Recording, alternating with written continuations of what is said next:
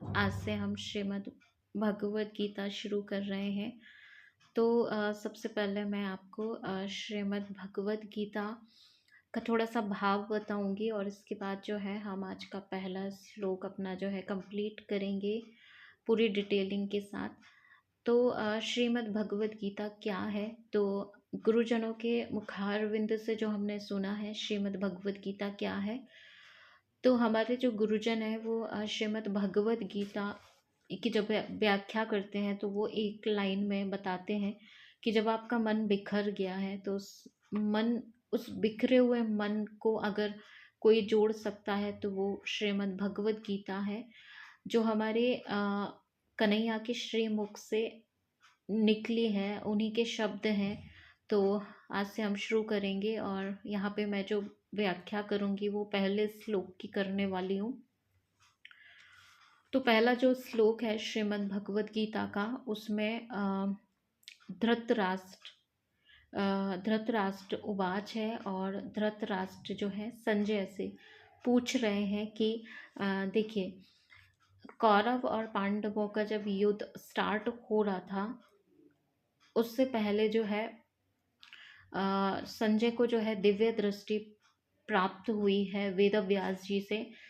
धृतराष्ट्र जो है देख नहीं सकते हैं और जब वो देख नहीं सकते हैं तो वो युद्ध क्षेत्र में भी नहीं गए, वो घर बैठे ही युद्ध का आंखों देखा हाल जानना चाहते हैं कि युद्ध में क्या हो रहा है। उसके लिए वेद व्यास जी ने संजय जो है ना उनको दिव्य दृष्टि दी है और संजय से कहा है कि आपको दिव्य दृष्टि प्राप्त है और इस दिव्य दृष्टि से आप युद्ध में जो कुछ हो रहा है वो आंखों देखा हाल आप जो है धृतराष्ट्र को बताएंगे।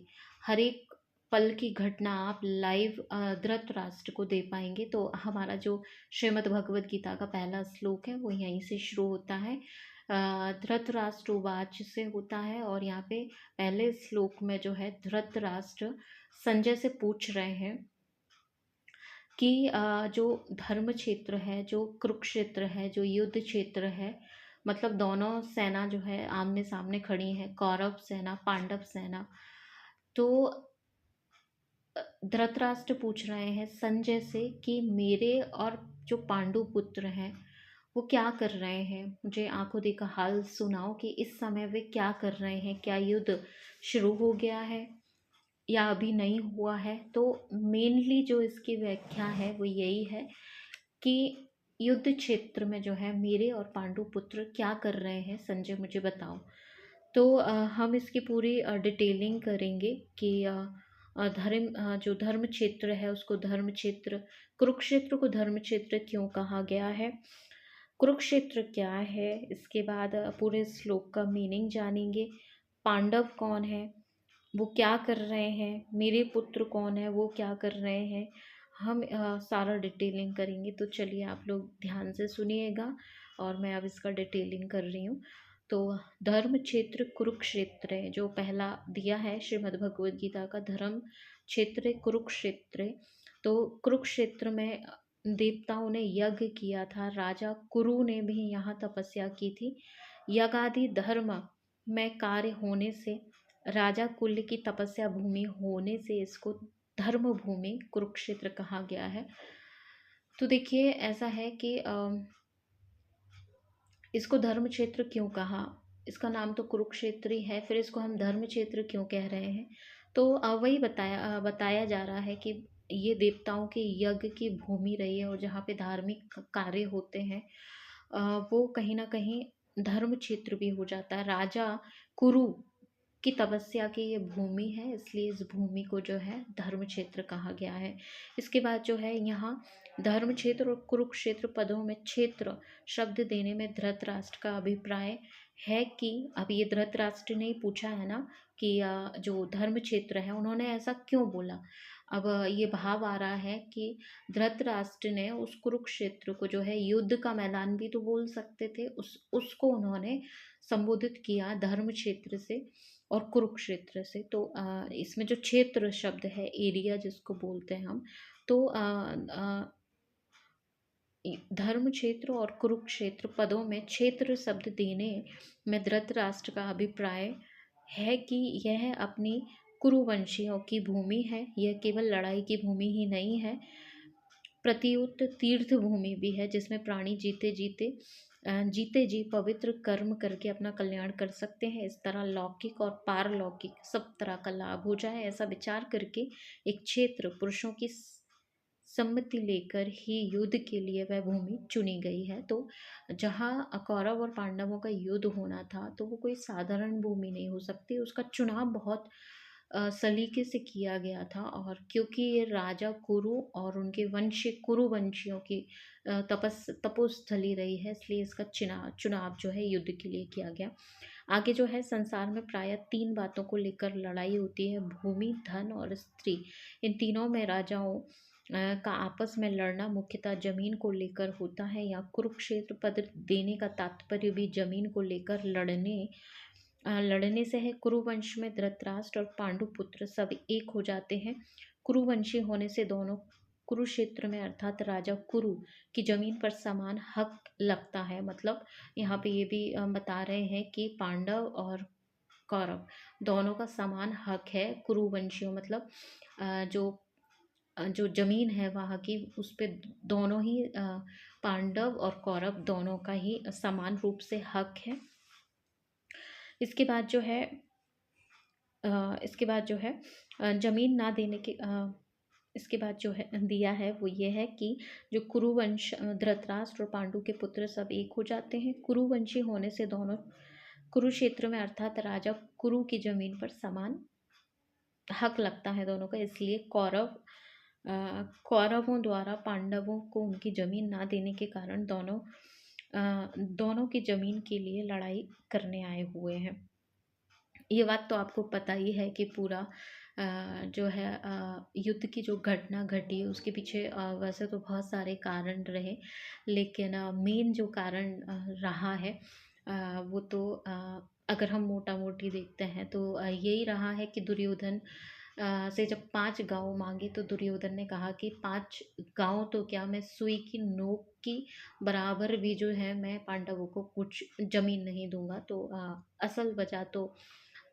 असल में ये वजह है जो हमको मतलब दिखता है, और बहुत सारे कारण है इस युद्ध के, वो हम फिर कभी डिटेलिंग जानेंगे। इसके बाद जो है, यद्यपि अपनी भूमि होने के कारण दोनों के लिए कुरुक्षेत्र पद लेना युक्ति संगत न्याय संगत है, तथापि हमारी सनातन वैदिक संस्कृति ऐसी विलक्षण है कि कोई भी कार्य करना होता है तो वह धर्म सामने रखकर ही होता है। युद्ध जैसा कार्य भी धर्म भूमि तीर्थ भूमि में ही करते हैं, जिससे युद्ध में मरने वालों का उद्धार हो जाए, कल्याण हो जाए। अतः यहाँ कुरुक्षेत्र के साथ धर्म क्षेत्र पद भी आया गया है।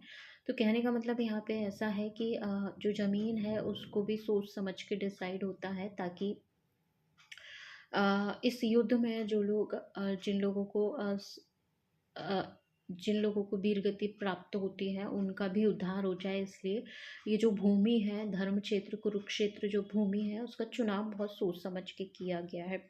इसके बाद जो है यहाँ पे दिया है कि यहाँ आरंभ में धर्म पद से एक और बात भी मालूम होती है कि अगर आरंभ में धर्म पद से धर लिया जाए और 18वें अध्याय के अंतिम श्लोक में मम पद से माँ लिया जाए तो धर्म शब्द बन जाता है। अतः संपूर्ण भगवत गीता जो है धर्म के अंतर्गत है, अर्थात धर्म का पालन करने से गीता के सिद्धांतों का पालन हो जाता है, और गीता के सिद्धांतों के अनुसार कर्तव्य कर्म से धर्म का अनुष्ठान हो जाता है।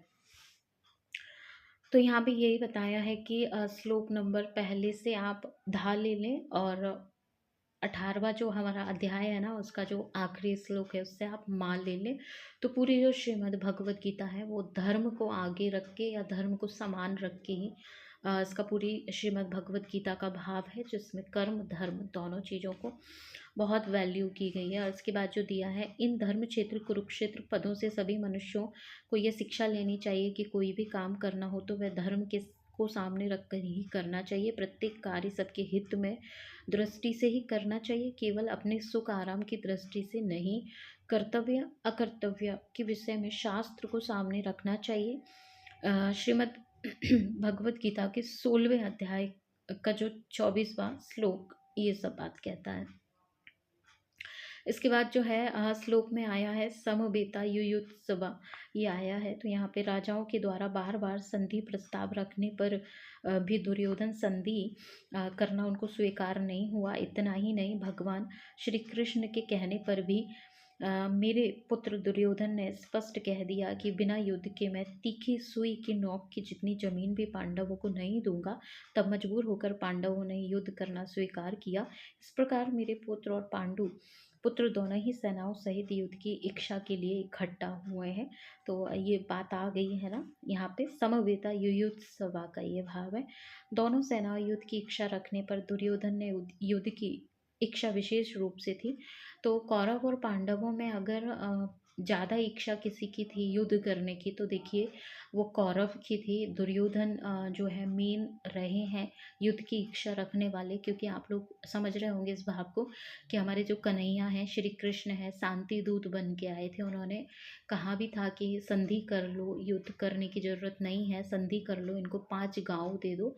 तब जो है दुर्योधन ने कहा कि मैं कुछ भी नहीं दूंगा, एक सुई, एक तीखी सुई की नोक के जितनी जमीन भी नहीं दूंगा। तब जाके जो है दुर्योधन की इच्छा थी, और पांडवों ने भी अपनी जो खुद की जमीन थी उसको लड़ के लेने का उन्होंने डिसाइड किया।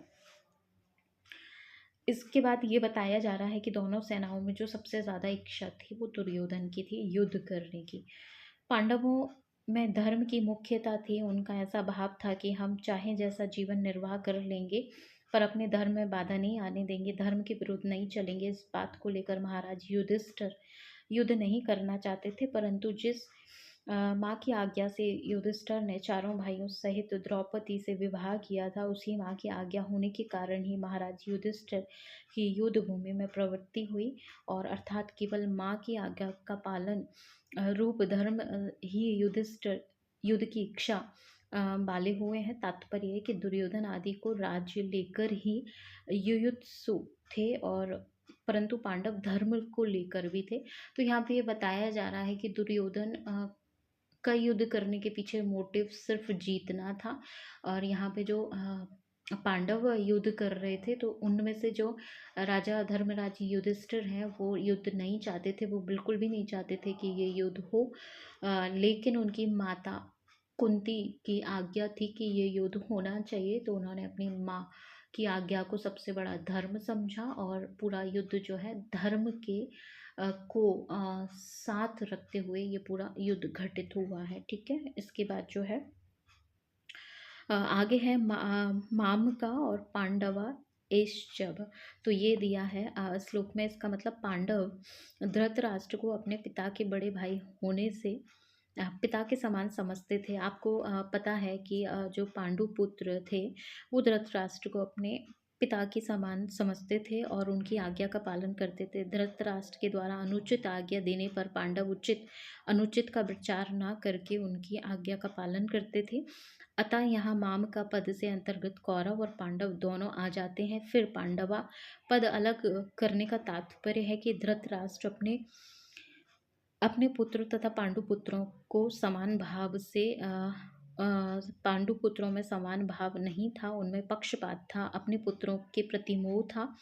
वे दुर्योधन आदि को अपना मानते थे, पांडवों को वे अपना नहीं मानते थे। इस कारण उन्होंने अपने पुत्रों के लिए माम का और पांडु पुत्रों के लिए पांडवा पद का प्रयोग किया। तो देखिए यहाँ पे ये भी बता रहे हैं मेजर डिफरेंसेस है किस बात में, कि उन्होंने अपने जो 100 पुत्र थे उनको तो उन्होंने माम का कहा, मतलब मेरे पुत्र कहा, और जो पांचों पांडव थे, पांडु पुत्र थे, उनको उन्होंने पांडवा कहा। यानी चाहते तो वो ये भी कह सकते थे कि मेरे दोनों, मतलब दोनों साइड के मेरे जो जो पुत्र हैं। तो धृतराष्ट्र का जो भाव था वो बहुत ही डिफरेंट था। अपने पुत्रों के लिए उन्होंने माम का शब्द का यूज़ किया है, और पांडु पुत्रों के लिए उन्होंने पांडवा का यूज़ किया है। तो यहाँ पे ये बताया जा रहा है क्योंकि जो भाव हमारे भीतर होते हैं वे ही प्राय जो है वाणी से बाहर निकलते हैं।